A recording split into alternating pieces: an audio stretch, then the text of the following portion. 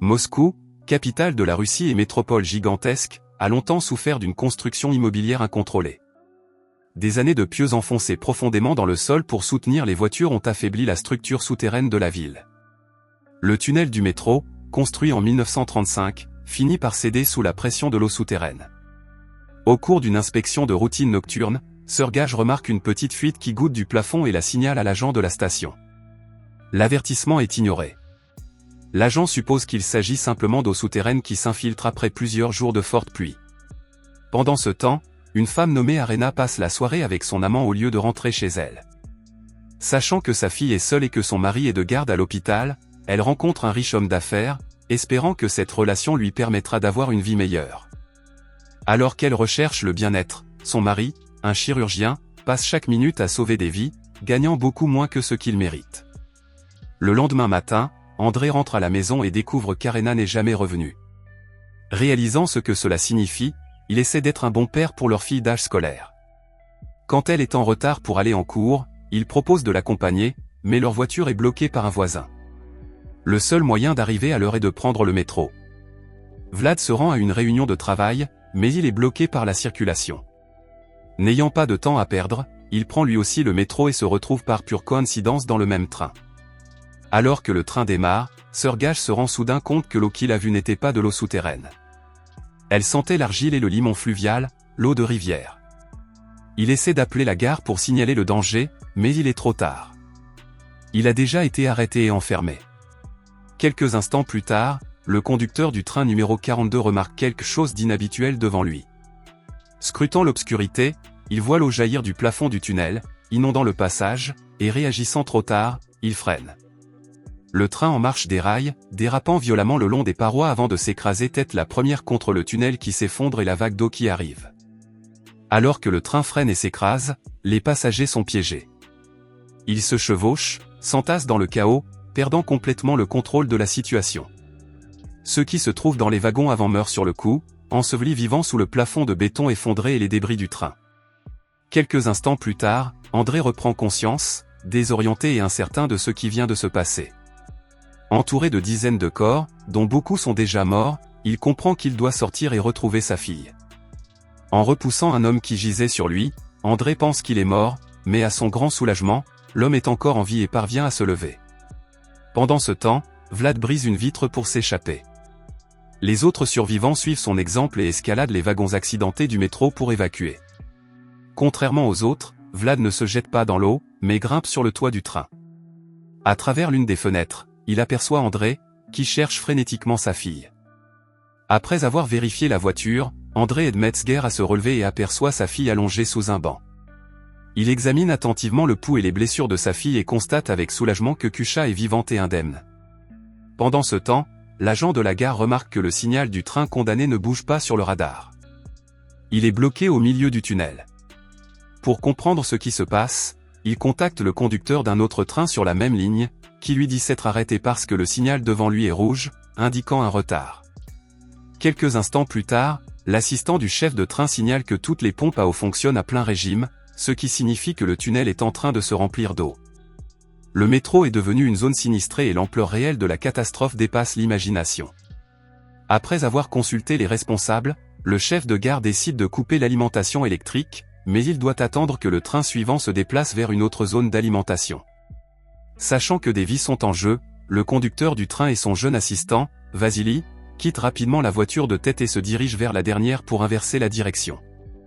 Au moment même où le train dépasse la zone dangereuse, le responsable du dispatching coupe l'alimentation électrique de la voie et voit immédiatement un voyant d'erreur clignoter sur son panneau de contrôle. Un court-circuit s'était produit quelques instants auparavant, électrocutant tous ceux qui n'avaient pas encore réussi à s'échapper de la section inondée du tunnel.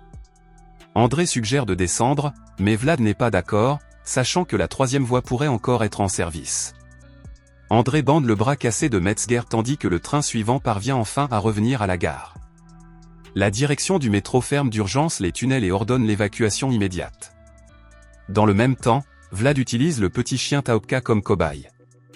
Il le jette dans l'eau pour voir si elle est sûre.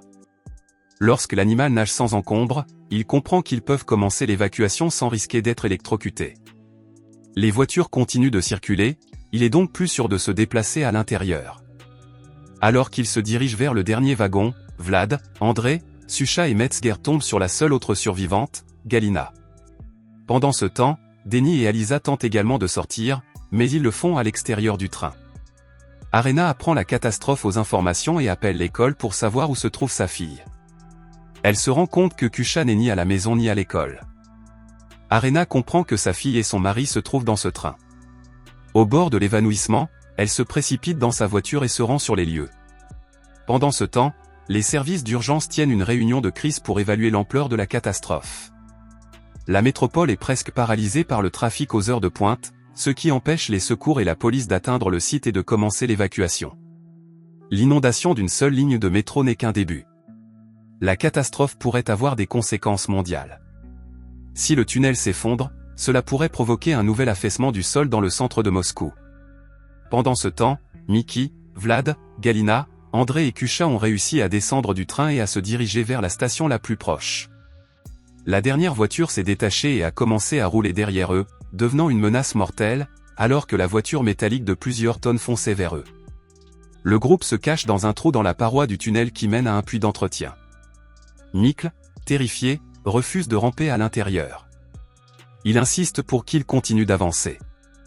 Convaincu d'avoir raison, il essaie de courir, mais à chaque pas, la voiture se rapproche jusqu'à l'écraser à mort. Les autres survivants se retrouvent dans l'obscurité totale, désorientés et incertains de ce qui se passe. Puis, Kusha vient à leur secours. Son collier s'avère être équipé d'une petite lampe torche intégrée. Vlad sourit, heureux qu'elle ait aimé son cadeau, ce qui ne fait qu'irriter André. À ce moment-là, André réalise que Vlad n'est pas seulement un ancien camarade de classe et un ami. C'est aussi l'amant de sa femme, l'homme avec qui elle passe son temps entre deux voyages d'affaires, essayant de chasser cette pensée et de se concentrer sur le salut de sa fille. Les autres trouvent une porte qui mène à une pièce adjacente et parviennent à y entrer. De là, ils atteignent un puits d'entretien vertical d'au moins 7 mètres de haut, qui se termine par une grille d'évacuation quelque part à la surface, juste sous une route très fréquentée. Crier à l'aide est inutile. Le dernier wagon du train s'écrase contre la paroi du tunnel, bloquant l'écoulement de l'eau et provoquant l'inondation des salles d'entretien et du bunker. Les équipes de secours qui se déplacent dans le tunnel trouvent un autre survivant et laissent un sauveteur avec lui. 2 autres continuent à s'enfoncer dans les profondeurs, dans l'espoir de trouver d'autres personnes encore en vie. Le dernier wagon du métro se brise et une énorme vague d'eau s'engouffre dans le tunnel. Le niveau de l'eau dans le bunker baisse soudainement, entraînant le groupe dans le tunnel. Quelques instants plus tard, ils se regardent les uns les autres et se rendent compte que Galina a disparu. Après quelques minutes, le groupe atteint une station abandonnée et monte sur le quai pour se reposer. Consumé par la rage, André manque de noyer Vlad, mais la bagarre est interrompue par un cri lointain. C'est Galina, miraculeusement encore en vie. Les survivants entendent sa voix, tout comme les sauveteurs qui l'ont recherchée pendant tout ce temps. Le soulagement est général, mais de courte durée. La zone où le train est bloqué s'effondre complètement. Le plafond cède et des torrents d'eau inondent le tunnel. Le centre de commandement donne l'ordre et le tunnel est scellé quelques secondes avant une catastrophe mondiale. Le niveau de l'eau recommence à monter, soulevant les survivants vers la surface. Vasilei est le premier à s'en apercevoir et appelle immédiatement son équipe à l'aide, lançant une évacuation d'urgence. Les survivants sortent par la grande route. Sucha est la première à voir la lumière du soleil et sa mère. Elle court vers Arena et se jette dans ses bras. Alisa et Denny, désormais amoureux et profondément liés par leur calvaire, sont emmenés à l'hôpital. André voit sa femme mais l'ignore, écartant sa main pour éviter son contact. Au même moment, l'assistant de Vlad arrive, lui rappelle un rendez-vous d'affaires urgent et lui demande de se dépêcher. André, bien qu'il évite Arena, est contraint de partager la même ambulance qu'elle pour être examiné à l'hôpital avec sa fille.